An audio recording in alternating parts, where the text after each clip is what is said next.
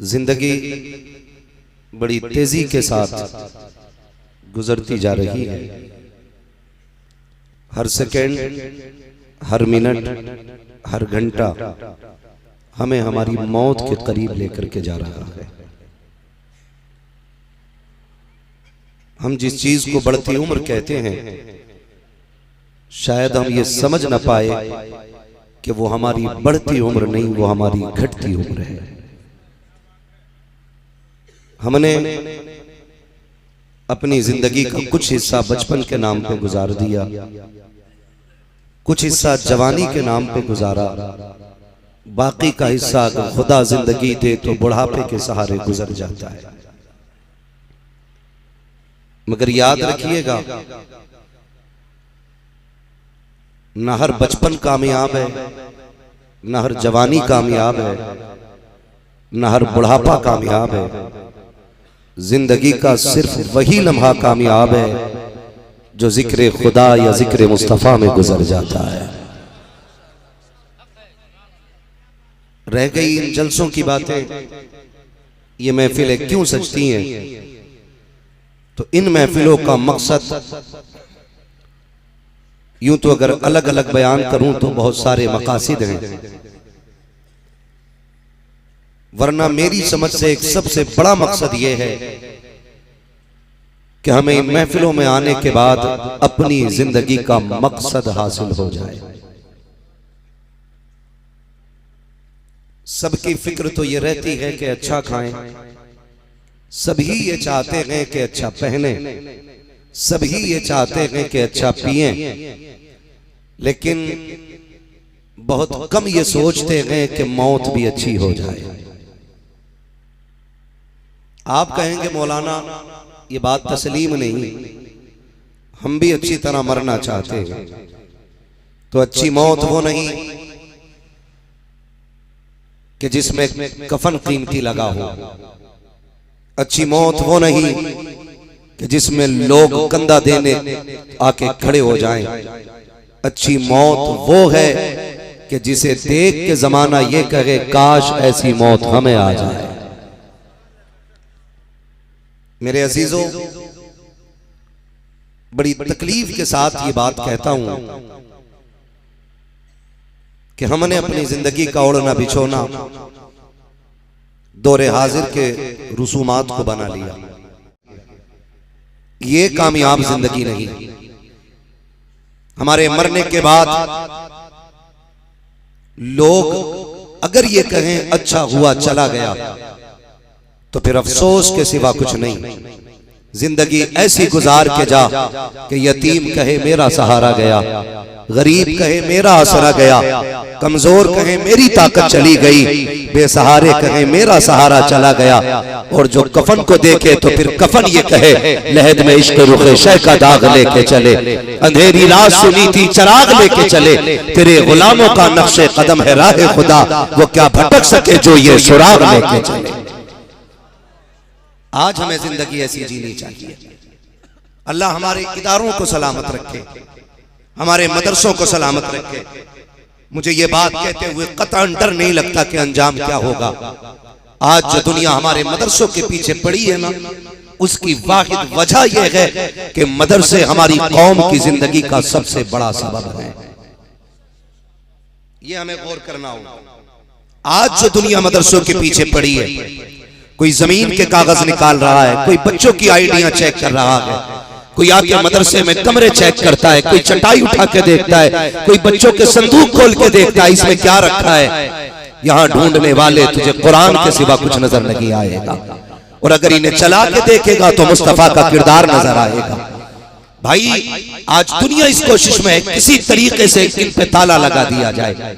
मैं जमाने को बताना चाहता हूँ, समझो मदरसे के दुश्मन ना बनो, मदरसों से प्यार करो, इसलिए कि मुल्क की आजादी के हीरो अगर किसी ने दिए हैं तो मदरसों ने दिए हैं। जहां आप दहशतगर्द तलाश करते हो, जहां आप आतंकवाद ढूंढते हो, उस सफ के अंदर दुनिया का सबसे बड़ा सूफी नजर आएगा।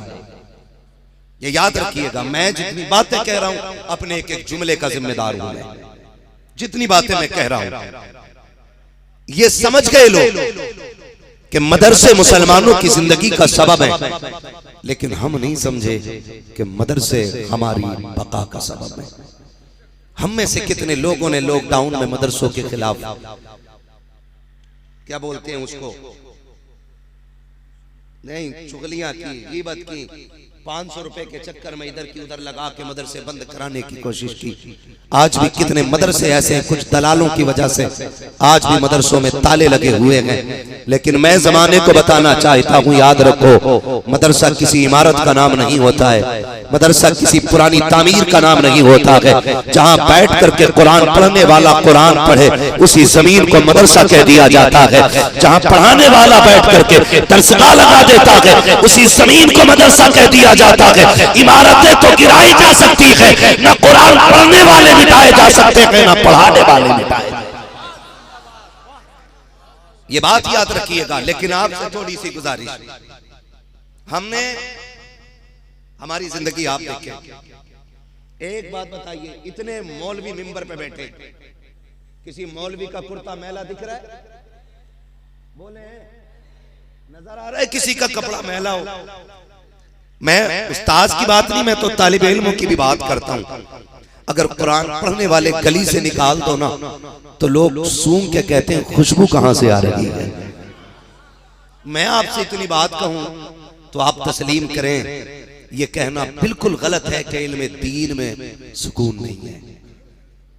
जो लोग सारा पैसा ये समझते हैं कि दुनियावी उलूम के अंदर है, तो वो शायद ये समझ लें कि पैसा ज्यादा है, लेकिन सुकून जितना है वो सारा इल्म दीन के अंदर है, इल्म दीन के अंदर है। जो आतंकवादी आतंकवाद से नाम जोड़ते हैं, मैं कहता हूं पढ़ो ना, पढ़ो ना।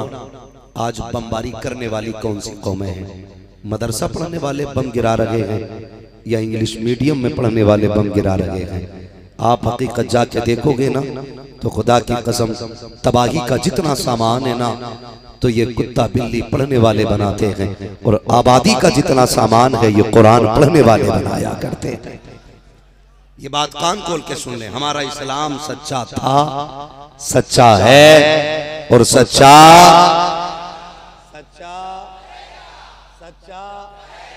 रहेगा। हमारे इस्लाम के मानने वाले बुज़दिल नहीं होते, ये अलग बात है। अमन और शांति के मानने वाले होते, ये ख्याल रखिए। हमारा इस्लाम कहीं भी आतंक फैलाने की इजाजत नहीं देता, अमन और सुकून का हुक्म देता है, अमन और सुकून का हुक्म देता है। अगर एक एक बात रख के बयान करूं बड़ा वक्त लगेगा, बड़ा वक्त लगेगा। नौजवानों से भी थोड़ी सी गुजारिश है, अगर कोई भड़काऊ भाषण दे दे या भड़काऊ गुफ्तगू कर दे तो हमें उनके कहने पे रोड पे नहीं उतरना है, हमें वो तरीका अपनाना है जो मदीने वाले मुस्तफा ने अपनाया था, जो हुजूर ने तरीका अपनाया था। और हुजूर ने अमन का तरीका अपनाया था, हुजूर ने सुकून का तरीका अपनाया था, और उस तरीके ने फिर जो इनकलाब बर्पा किया था वो जमाने ने देखा था। आतंकवाद का दौर भी आप देखे, जब अमन का पैगाम लाने वाला मेरा नबी गलियों से चलता था, रोग कांटे बिछाया करते थे, रास्तों से गुजरता था तो लोग पत्थर मारा करते थे, लेकिन उसने कभी बद्दुआ के लिए हाथ नहीं उठाए, कभी उसने मुड़ के गालियां नहीं दी थी। लेकिन इस सब्र से जो इनकलाब आया था, तारीख गवाह है कि लोगों ने जब जुड़ना शुरू किया था, इतने जुड़े, हद तो ये हो गई कि जो इस्लाम मिटाना चाहते थे उनके घर में इस्लाम का बोलबाला होने लग गया। जो इस्लाम के खिलाफ भौंकते थे इस्लाम उनके घर में आ गया था। ये तारीख का बाप दुनिया जानती है कि वो हजरत उमर फारूक आज़म, जिनका इस्लाम में भी जवाब नहीं, जिनका कुफ्र में भी जवाब नहीं, जो रातों दिन ये कोशिश करते थे इस्लाम को कैसे मिटाया जाए, मुसलमानों को कैसे रोका जाए, एक दिन थक गए, फिर फैसला किया था चलो मैं भी चल के इस्लाम के पानी का सर काट देता हूँ, जब ये ना होंगे तो इस्लाम ठहर जाएगा। ये सोच के घर से उमर निकले हैं। किसी ने कलाई पकड़ के कहा था उमर तेवर बदले हुए हैं, अंदाज बदला हुआ है, जा किधर रहे हो? तब हजरत उमर ने कहा था आज मैं इस्लाम के पानी का किस्सा खत्म करने जा रहा हूँ। सामने वाले ने मुस्कुरा के कहा था उमर उधर बाद में जाना, पहले अपने घर की भी खबर ले ली जाए। का मेरे घर में क्या हुआ है? का तू जिस इस्लाम को मिटाना चाहता है वो इस्लाम तेरे घर में आके मुस्कुराने लग गया। मैं ये कहना कहना चाहता हूं, आप तारीख पढ़िए इस्लाम की और समझने की कोशिश कीजिए और समझे कुरान क्या, समझे कुरान क्या। फौरन कदम रुक गए, फौरन रुके। मेरे घर में कहा कौन? कहा तुम्हारी बहन। कहा अच्छा, कहा पहले बहन से निपट लेते, खुदा हम ऐसे ही इश्क की तौफीक अता करे, पहले बहन से निपट लेते। गए कहां? बहनोई के दरवाजे पे। जानते हो इस अंदाज से दरवाजा बजाया था कि बहन ने धमक से पहचान लिया था उमर आ गए। ये कंडीशन हजरत उमर की, ये कंडीशन, धमक से पता चल गया था उमर आ गए। कहा सुनो उमर आ गए, छुप जाओ। बहन ने दरवाजा खोला, हजरत उमर ने ना पूछा ना सुना, मारना शुरू कर दिया। मारा, मारते मारते थक गए, रुके ना। तो हजरत उमर ने कहा, बहन ने कहा उमर मारते क्यों नहीं? कहा सांस ले लो। कहा जितना चाहे मार ले, अगर तेरी रगों में खत्ताब का खून है ना तो मेरी रगों में भी खत्ताब का खून है। जितना चाहे मार ले, मगर हुजूर का दामन नहीं छोड़ा जाएगा। जब ये जुमले सुने ना, पिटने वालों की बातें देखो, अक्सर मारने वाले फाते कहलाते हैं।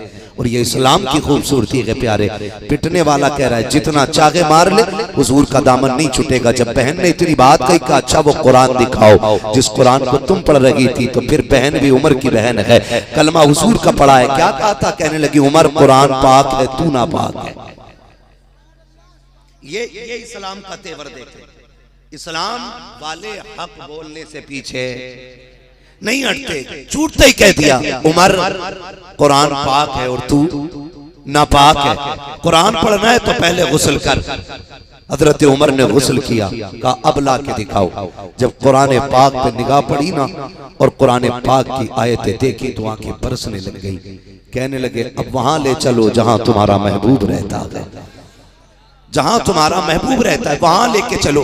अल्लाह अकबर। दारे बनी अरकम में गए, हुजूर ने चादर को झटका दिया। उमर कभी मान लाएगा, आंख में आंसू आ गए। कब देर न करो, हाथ बढ़ा के कलमा पढ़ा दीजिएगा। ये इस्लाम की सच्चाई है, ये इस्लाम की हक़ानियत है कि इस्लाम अमन की बुनियाद पर फैला है। हमें हुजूर के इस किरदार को नजर में रखने की जरूरत है। इंशाअल्लाह उम्मीद करता हूं किसी के बहकावे में आने के बाद हमें कोई ऐसा काम नहीं करना है जिसकी बुनियाद पर, जिसकी वजह से हमारी जिंदगी हमारे इस्लाम पे कोई उंगली उठाए। करेंगे ना इंशाअल्लाह? ऐसा वादा करें इंशाअल्लाह। हाँ, मेरी बातें थोड़ी कड़वी होती हैं क्योंकि मैं फ्री में जन्नत बांट नहीं पाता हूं, और जो बांट के जाए ना उसका पता मुझे भी देना, क्योंकि फ्री की जन्नत हमें भी चाहिए। हमें तो उस जन्नत का पता है जिसके लिए हुसैन ने 72 सर कटाए, 72 सर कटाए। ये दौर उमर का है। उमर ने कलमा पढ़ा ना, उमर ने कलमा पढ़ा। किसने? जो हुजूर का सर काटने जा रहे। फिर बाहर निकले और सबसे पहले अबू जहल के दरवाजे पे आए। कौन? कहा उमर। उसने ये सोचा लगता कोई मशवरा लेके आए। वो जब देखा उमर खड़े, कैसे आए जानते हो? कहा सुन, बताने आया हूं मैंने हुजूर का दामन थाम लिया है। ये बताने आया हूं हुजूर का दामन थाम लिया। कहां गया अबू जहल? ये क्या हुआ? उन्होंने दरवाजा बंद किया। कहा सुन, ऐलान है मेरा, अब जिसे बच्चे यतीम कराने हैं अब घर से निकल आए। अब जिसे अपनी बीवियां बेवा करानी है अब घर से निकल आए। तुमने बहुत सितम किया है नबी के चाहने वालों पे। अब उमर कलमा पढ़ चुका है, अब मुझे किसी का डर नहीं है। ये कह के हजरत उमर ने गलियों में ऐलान करना शुरू किया, लोगों उमर कलमा पढ़ चुका है, माँ का दूध पिया है तो अब नबी का रास्ता रोक के दिखाओ। उमर इस्लाम में आ चुका है, हिम्मत हो तो रास्ता रोको। जब ये कहते जा रहे थे, तारीख गवाह है, हुजूर का कलमा पढ़ने वाली एक शहजादी गली से गुजर रही है। तारीख में हजरत सुनैरा कहा जाता है। हजरत सुनैरा ने हजरत उमर को हुजूर का नारा लगाते हुए देखा, कदम रुक जाते हैं। कहा ठहर उमर, ठहर तो सही, मुझे पहचाना मैं कौन हूं? कहा हाँ तुझे जानता हूं। कहते हैं अगर याद ना हो तो आज मैं तुझे बता दूं, मैं वही सुनहरा हूं कि जब मैंने कलमा पढ़ लिया था तो मेरे मालिक ने मुझे मारना शुरू किया था। जब वो मारते मारते थक गया था तब तू गुजर के जा रहा था, उसने तुझको आवाज दी थी, तूने मेरे गले में कोड़ा डाला था। इतना ऐठा कि मेरी आंखें बाहर आ गई थी। जब तूने मारा था उमर, तू मारते मारते थक गया था, मैंने की थकी थी। उमर बता तो सही, कल भी तू था आज भी तू है, आज क्या हो गया है? कल उनका नाम सुनना नहीं चाहता था, आज उनका नारा लगा रहा है। हजरत उमर की आंखें बरस गई थी, कहा सुनो जुनैरा, कल तक देखा नहीं था, आज देख के आ रहा हूँ। हजरत उमर ने यूं कहा था, जुल्फ देखी है कि नजरों ने घटा देखी है, लुट गया जिसने मोहम्मद की अदा देखी। अल्लाह अकबर।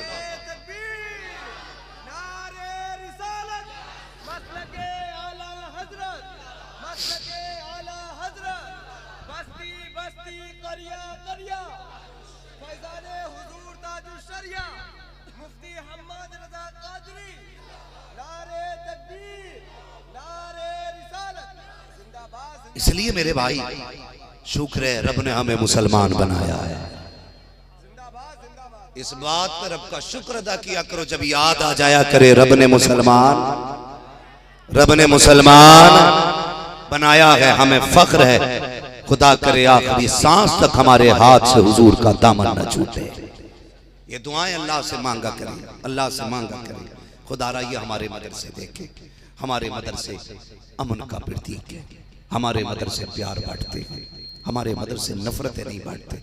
मैंने एक बात और कही थी, अगर सूफियत देखनी है तो हमारे मदरसों में आके देखो। हाँ, बड़ा सूफी वो नहीं है जो 1000 दानों की तस्बीह ले, बातें भी करता रहे और दाने भी गिराता रहे। सबसे बड़ा सूफी वो होता है जो अपने नफ्स को मार लेता है। वो सबसे बड़ा सूफी होता है जो अपने नफ्स को मारता है। और नफ्स को सबसे ज्यादा मारने वाली अगर कोई कौम है तो वो कुरान वालों की जमात है, कुरान वालों की।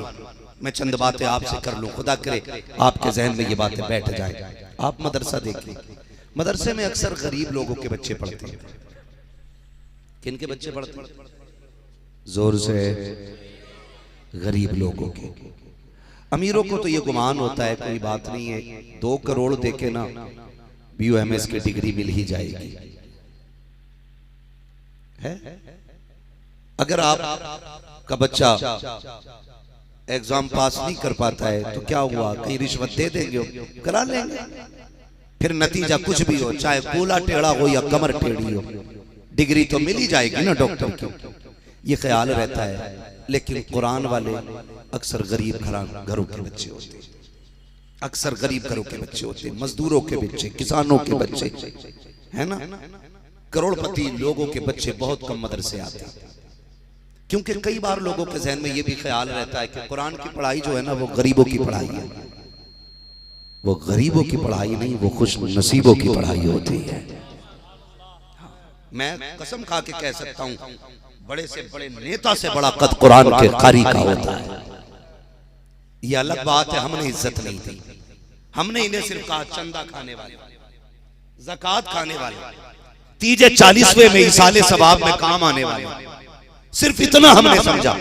नहीं, ये वो लोग हैं जो जमीन से उठा के जन्नत तक पहुंचाने वाले लोग होते हैं, जन्नत तक पहुंचाने वाले लोग। अक्सर गरीबों के बच्चे मदरसों में आते हैं, अक्सर मजदूरों के बच्चे मदरसों में आते हैं।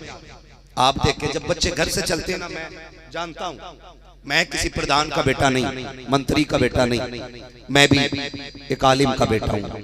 हमारी एक जिंदगी मामूली जिंदगी होती है। मैं एक बात आपसे कहूं, हम जब घर से चले ना, अक्सर ये हम सब के साथ हुआ है, हमारी जरूरत 500 रुपए थी, बाप ने 300 रुपए जेब में डाले, वो 300 रुपए जेब में डाल के थपथपा के कहा बेटे अभी हिसाब नहीं है, अगली बार आओगे तो बेटे जरूरत भर पैसा दे दिया जाएगा। हम वही 300 रुपए लेके मदरसे आ गए। ये सिर्फ मेरी कहानी नहीं, ये हर कुरान वाले की कहानी है, ये हर पढ़ने वाले बच्चे का मामला है। बाप ने 300 रुपए जेब में डाले, बेटा मदरसे की तरफ आने लगा और सलाम किया करो, सब कुछ लुटा के कुरान सीने में लेके बैठे, सब कुछ लुटा करके। अगर हमारा आपका बच्चा 3 दिन के लिए खाला या मामू के घर चला जाए ना तो माँ बेकरार हो जाती है, सुनो बेटे को बुलाओ, 3 दिन हो गए देखा नहीं है, 4 दिन हो गए जी नहीं लग रहा है, सलाम करो उन माओं को जिन्होंने बेटे कुरान के नाम कर दिए। हाँ, मैं उन माओं को मुबारकबाद पेश करता हूं जिन्होंने बच्चे कुरान के नाम कर दिए हैं। पूरी पूरी जिंदगी बेटों के कुरान के नाम लग गई। हमें तो इतना पता है, जब कभी हम मदरसा जाने से इनकार करते, हमारे अब्बू कंधे पे हाथ रख के कहते पढ़ लेगा ना तो फिर घर ही रहेगा, पढ़ लेगा तो फिर घर ही रहेगा। हम खुश हो जाते, चलो मदरसे 8 साल की पढ़ाई रह गई है, पढ़ लेंगे तो फिर घर ही रहेंगे। अल्लाह गवाह है, जब पढ़ते थे तो ज्यादा घर रह लेते थे, जब से पढ़े हैं तब से घर नसीब नहीं होता है। हाँ, रबीउल अव्वल की छुट्टी मिलती थी 10 दिन की, बकरा ईद की मिल जाती थी 8-10 दिन की, है ना? तो 20 दिन साल में मौज के मिलते थे घर रहने के। लेकिन जिस दिन से मदरसे से फारिग हुए ना, अब बच्चे पूछते हैं घर कब आओ। अब डायरी देख के उन्हें बताया जाता है कि फला दिन आएंगे, फिर वो कहते हैं हमारी दवा कब आएगी, हमारा ये काम कब होगा। हम उसमें घंटे मिनट जोड़ के बताते, इतने बजे से इतने बजे तक खाना खाना है, इतने बजे से इतने बजे तक हमें काम निपटाने हैं। एक एक मिनट का भी हिसाब लगा के हमें करना पड़ता है।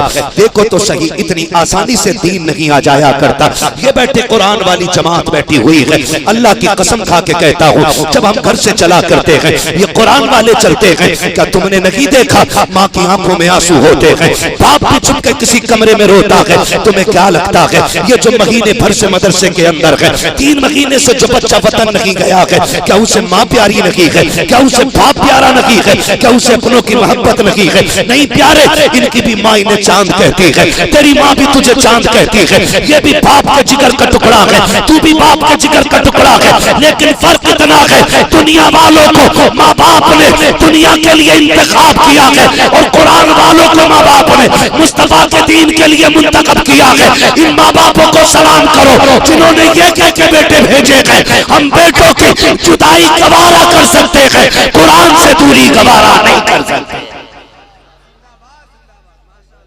हाँ, जिन्हें हमारा जनाजा पढ़ाना था, हमने कहा ये ज़कात खोर हैं। जिन्हें हमारी कब्र पे कुरान पढ़ना था, इन्हें हमने कहा ये चंदा खोर हैं। ओ गैरत कर, जिस दिन ये मिट गए कोई कान में अजान देने वाला नहीं होगा। जितने चाहो नारे लगा लो, जितने चाहो छल कूद कर लो, खुदा की कसम खा के कहता हूं जनाजे रखे रह जाएंगे, किसी को सना तक याद नहीं होगा। गलत नहीं कह रहा हूं, माफ कीजिएगा, आज इल्म से बहुत दूरी है। 4 तकरीरें मोबाइल पे सुन ली, बन गए दीनदार। 4 शेर याद कर लिए, बन गए दीनदार। दीन इतना सस्ता भी नहीं है और इतना आसान भी नहीं है। हाँ, मैं कभी कभी मदरसों में जाना होता है, छोटे छोटे बच्चों को जब कपड़े धुलते देखते हैं ना, तो यूं देखते हैं हम लोग, यूं देखते हैं। लोग कहते हैं कि बुजुर्ग आदमी वो होता है जिसके बाल सफेद हो जाते हैं। मैंने कहा नहीं, उम्रें बुजुर्ग नहीं बनाती, हालात बंदे को बुजुर्ग बना देते हैं। जिस उम्र में मदरसे वाले बच्चे कपड़े धुलते हैं ना, उस उम्र में स्कूल वाले बच्चों को ना नाक साफ करनी तक नहीं आती, क्योंकि उनके दाएं बाएं पीछे लोग लगे रहते हैं। तुमने नहीं देखा, स्कूल की ड्रेस अलग, जूते अलग, कपड़े अलग, बैग अलग, मोजे अलग, सारी चीजें अलग है। उतार के फेंक दिया, कोई रखता फिर उठा के। घर वाले रखते हैं ना, घर वाले रखते। मैं इन कुरान वालों के कदमों पे कुर्बान जाऊं, इनको एक एक जूता संभाल के रखना आता है। कपड़े कितने मैले उतारने हैं ये खुद फैसला करते, किस तरह से धुलने ये खुद फैसला करते। कभी जाके देखो तो रोना भी आता है, रोना भी आता और ख्याल भी आता है, कुरान इतनी आसानी से तो सीनों में नहीं उतरता, इतनी आसानी से तो हाफिज कुरान लोग नहीं बन जाते। मैं सलाम करता हूँ माओं को, जब बच्चे वतन से चलते हैं ना तो सबको बच्चे प्यारे होते। माँ चूमती है मत्था, बहन आंचल उठा के कहती है अल्लाह मेरे भाई को कुरान की दौलत अता कर देना। माँ रो के कहती है अल्लाह दिया थे मैंने तेरी अमान में, मेरे मालिक मेरे लाल को सलामत रखना। जरा फर्क तो देखे सही, सोचे तो सही। स्कूल का बच्चा सुबह उठे, माँ पूछती है बेटे लंच वाले डब्बे में क्या डालना है? बच्चा कहे अम्मी आज मुझे ब्रेड पकौड़ा लेना है, आज मुझे ब्रेड आमलेट लेना है, आज मुझे फला चीज लेनी है, फला चीज लेनी है। उसकी मर्जी से लंच बॉक्स पैक किया जाता है, उसकी मर्जी से खाना तैयार किया जाता है। लेकिन जब ये मदरसे वाले मदरसे आते हैं ना, खुदा की कसम कोई नमक को पूछने वाला नहीं होता है, कोई मिर्च को पूछने वाला नहीं होता है, लेकिन किसी से शिकवा नहीं, किसी से शिकायत नहीं। क्यों? क्योंकि हमें कुरान हासिल करना है, हमें दीन सीखना है, इसलिए ये सारी कुर्बानियां होती हैं, इसलिए ये सारी मुसीबतें उठाई जाती हैं। फिर जब आ गए मदरसे, बाप के दिए हुए वही 300 रुपए, याद है ना 300 रुपए मैंने कहा थे, वही 300 रुपए जो अब्बा ने जेब में रख के ठपकी दे के कहा था जा अल्लाह तेरे 300 में बरकत करेगा। कसम खा के कहता हूं उन 300 में ऐसी बरकत हुई है लोग लाखों रुपए लेके आज सामने खड़े रहते हैं। ये उसी 300 का कमाल है, ये उसी 300 का कमाल है। अल्लाह ने इतनी बरकत उन 300 में दी है कि आज लोग पैसा लिए खड़े रहते हैं। ये उस 300 का कमाल है। जब आए मदरसे के अंदर हम कितने बड़े जिम्मेदार बन गए, ये कितने बड़े जिम्मेदार बन गए, इतने बड़े जिम्मेदार बन गए ये लोग कि कब और कितना खर्च करना है कोई इनसे बेहतर नहीं जानता, कोई इनसे बेहतर नहीं जानता है। मैंने कहा कि साबिर अगर मिलेंगे तो मदरसे में मिलेंगे, सूफी अगर मिलेंगे तो मदरसे में मिलेंगे। आप देखें मदरसों में अक्सर घूमने का जो वक्त मिलता है वो असर से मगरिब तक मिलता है, यही वक्त होता है ना, यहाँ भी यही वक्त होगा ना घूमने का, असर से। भाई ये किताबें जो भी है ना कुर्सी के ऊपर रखिएगा। कितना वक्त मिलता है बोले जरा, नाम तो याद है ना नमाजों का। असर से मगरिब तक बच्चों को वक्त मिलता घूमने का, उसी वक्त में ये घूमने निकलते। शहर भी होते, गांव भी होते और अच्छे इलाके भी होते और बड़े गए गुजरे भी, सब तरह के इलाकों में मदरसे होते। मैं आपसे एक बात अर्ज करूं, कभी आप मदरसे के बच्चों को असर बाद निकले घूमने गलियों में गए, किसी दुकान के आगे खड़े हो, जब दुकान के आगे खड़े हुए ना तो वहां अमीरों के बच्चे थे, कोई बिस्किट, कोई टॉफी, कोई चॉकलेट अपनी पसंद से लोग ले रहे। लेकिन कुरान वाले बच्चों को आप देखें, इसके भी तो सीने में दिल था, ये भी तो चाहता था मैं भी कुछ खाऊं, लेकिन जब जेब पे हाथ गया बाप की गुर्बत याद आ गई। और लोग कहते हैं इसे 28 साल के को रिश्ते निभाने नहीं आए, मैं कहता हूं मदरसे के 8 साल के बच्चे को रिश्ते निभाने आ जाते हैं। जब जेब पे हाथ गया दिल में आया मैं भी खाऊं, इस ख्याल के आते जेब में हाथ डाला। बाप ने 300 रुपए दिए थे, 250 जेब में पड़े, लेकिन अक्ल ने कहा नादान अब्बा मजदूर है, जो 300 रुपए दिए महीने भर चलाने, हाथ निकल आया, यूं बगल में हाथ चले आए। खुदा की कसम अमीर के बच्चे मनमानी चीजें खाते रहे, लोग ऐश करते रहे, लेकिन कुरान वालों के बगल से हाथ नहीं निकले।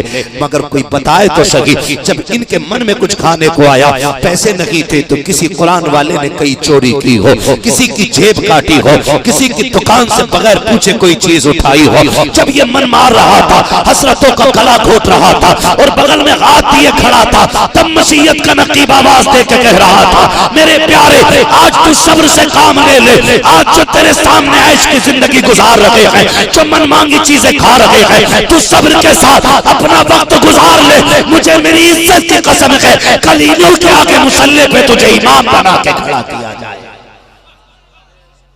और फिर जमाने ने देखा जिन्होंने अमीरों के आगे मन मारे थे आज मुसल्ले पे खड़े, आज वो मुसल्ले पे खड़े।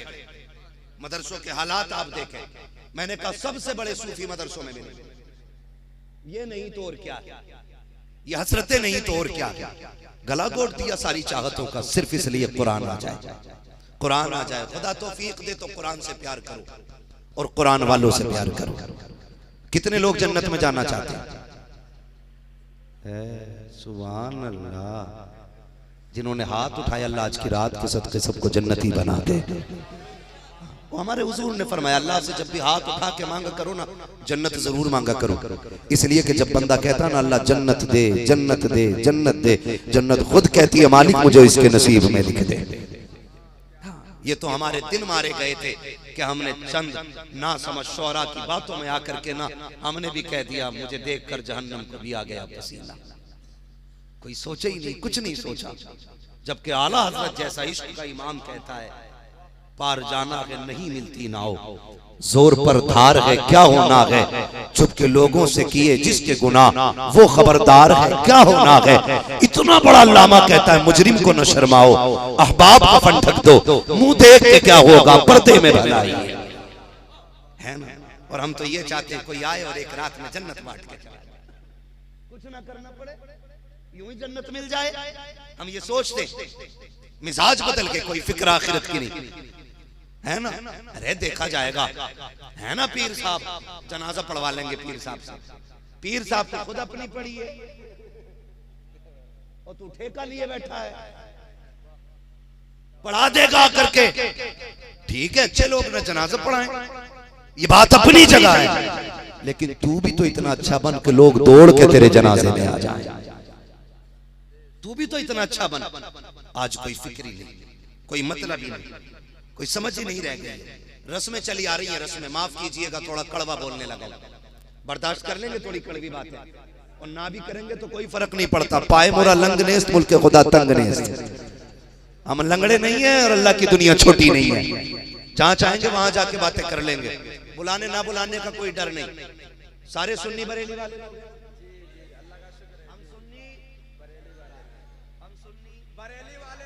बरेली वाले हैं। जो सुले कुल्ली है ना, वो कतई ना बोले, मुझे मतलब भी नहीं है उनकी गुफ्तगू का। मुझे तो चार चाहिए, मुस्तफा के वफादार चाहिए। हम सुन्नी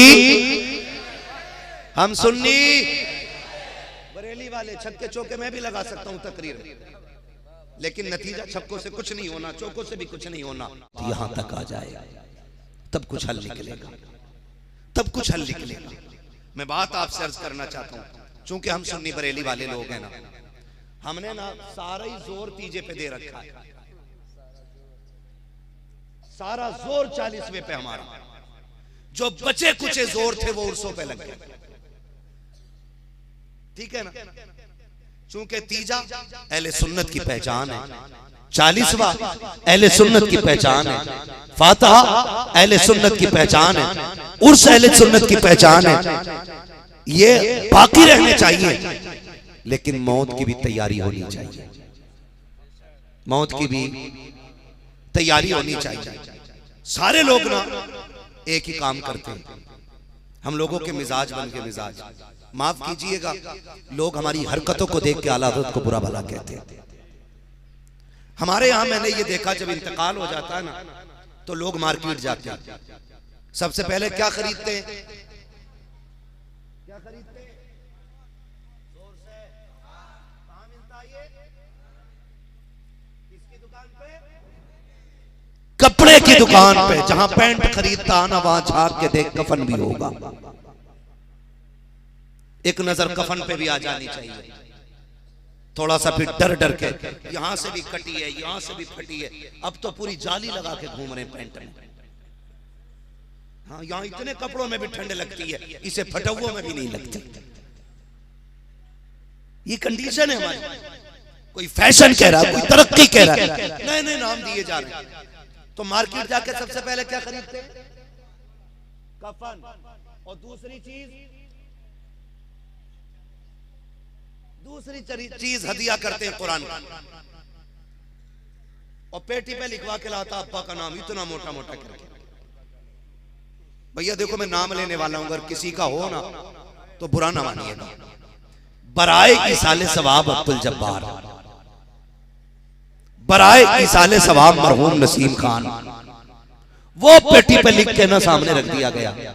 6 महीने हो गए, उसे ही देख के खुश है, अब्बा के नाम की पेटी है, अब्बा के नाम की पेटी है। पंखा लाएगा तो तीनों पंखड़ियों पे लिखता बराए इसाले सवाब करीम खान, और जब मस्जिद में आके बैठे, एक बार उधर ताकि लोग इसके साथ देखें, अब्बा का नाम लेके कहता मेरे बाप के नाम का पंखा लगाया है ना। और पेटियां कुरान की इतनी हदिया की गई कि वहां अलमारी से सरकते सरकते मुसल्ले तक आ गई। कहां तक आ गई? मुसल्ले तक आ गई, दीमक खा गई पारों को। लेकिन आज कुरान पढ़ने वाले नजर नहीं आते। पेटियां रखी हैं, पूछो इन उलमा से, गारंटी के साथ कहता हूं, कुरान रखे रखे सवाब नहीं देता, कुरान पढ़े जाने के बाद सवाब देगा। तो जिसकी भी मर्जी में आया, एक कुरान लाया तो फिर सारे कुरान लाने लग गए, सारे कुरान लाने लग गए। इतनी पेटियां कुरान की हो गई, कि मस्जिद में रखने जगह नहीं। एक मस्जिद के अंदर 600 नमाजी आते हैं, लेकिन पारों की तादाद 1200 हो गई है। मुझे बात बताई जाए, हम ये मानते भी हैं, जानते भी हैं कि क़यामत में कुरान पढ़ने वालों की शफाअत कुरान करेगा। अगर कुरान को शफाअत करने का हक है तो बता क्या उसे शिकायत करने का हक नहीं होगा? आज मेरे बेटे को 10 गाने तो याद है, लेकिन कुरान की 10 सूरतें याद नहीं है। बड़े फख्र से बाप कहता है मेरे बेटे को पोयम भी आती है, 10 कविताएं हिंदी की आती है। मैं तालीम का मुखालिफ नहीं हूं, मैं इल्म का मुखालिफ नहीं।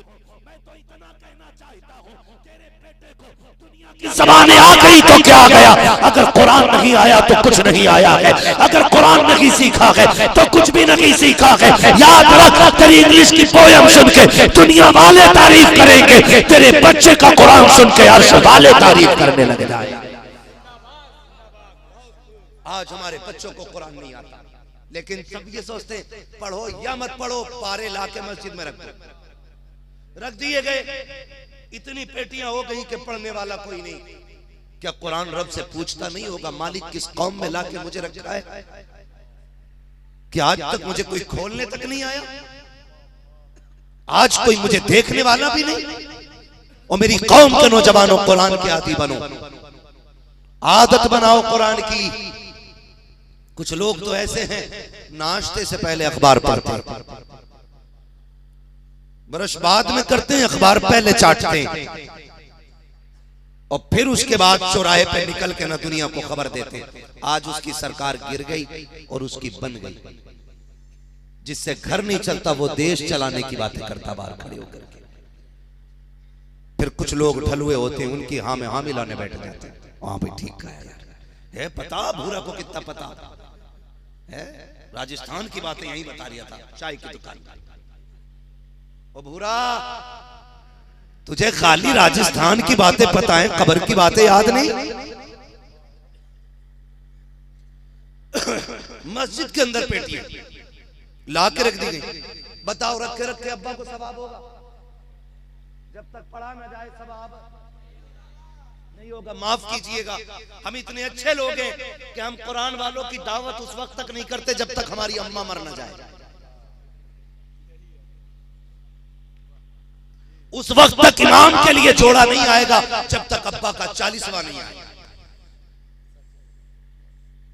और फिर कहते हैं हुजूर का दामन नहीं छोड़ेंगे, गौसे पाक का दामन नहीं छोड़ेंगे। तुझे पता है कुरान पाक 15 साल तक बगदाद वाले ने एक पैर पे खड़े होकर कुरान पढ़ा था। ये कुरान है और ये हमारी कौम, ये कंडीशन हमारी। जब तक अब्बा जिंदा था कसम से लोगों ने जुमे के अलावा मस्जिद में देखा ही नहीं। और जब अब्बा मर गया फाता में चले जाओ तो नीरे फजाइल बेटा बयान कर रहा बैठ के। रात मेरे अब्बा ख्वाब में आए थे, सफेद कपड़े पहन रहे थे, कह रहे थे लल्ला बड़े आराम से हूं। तो मैंने कहा ठीक है। फिर जब अब्बा इतने आराम से तो फाता ही क्यों कर रहा है? बाद में वली साबित करने की कोशिश करते हो। जिंदगी बेहतर करो ना यार, जिंदगी बेहतर करो। ये कौम हमें तब याद आती है जब अब्बा मर जाए, जब अम्मा का 40वां। ये मेरे साथ भी हुआ, शुक्र है रब ने तौफीक बख्शी। मैंने 4 साल नमाज पढ़ाई, पढ़ता था मैं, तब भी इमामत करता था। अचानक ना एक दिन मौलाना दरवेश साहब आ गए माशाल्लाह। एक दिन ना मैं मस्जिद में बैठा था, एक मुक्तदी ना बड़ी खूबसूरत सी थैली लेके आया। थैली लेकर के आया, थैली में पॉलिथीन एक, उसमें कुछ रखा था।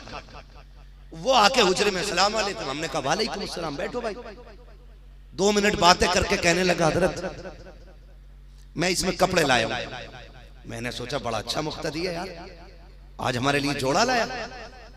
तो उसने निकालते निकालते ना जब निकाला जोड़ा तो कपड़े तक तो ठीक था। जब उसमें तेल की शीशी और कंगा निकला ना तब डाउट हुआ यार मसला कुछ और लग रहा है। खाली मोहब्बत वाला जोड़ा देता, ये तेल कंगा तो नहीं देता। मैंने उससे पूछा यार ये क्या है? कहने लगा अब्बा की बरसी थी, सोचा किसी को कपड़े बना दूं, सोचा इमाम साहब से अच्छा कौन मिलेगा।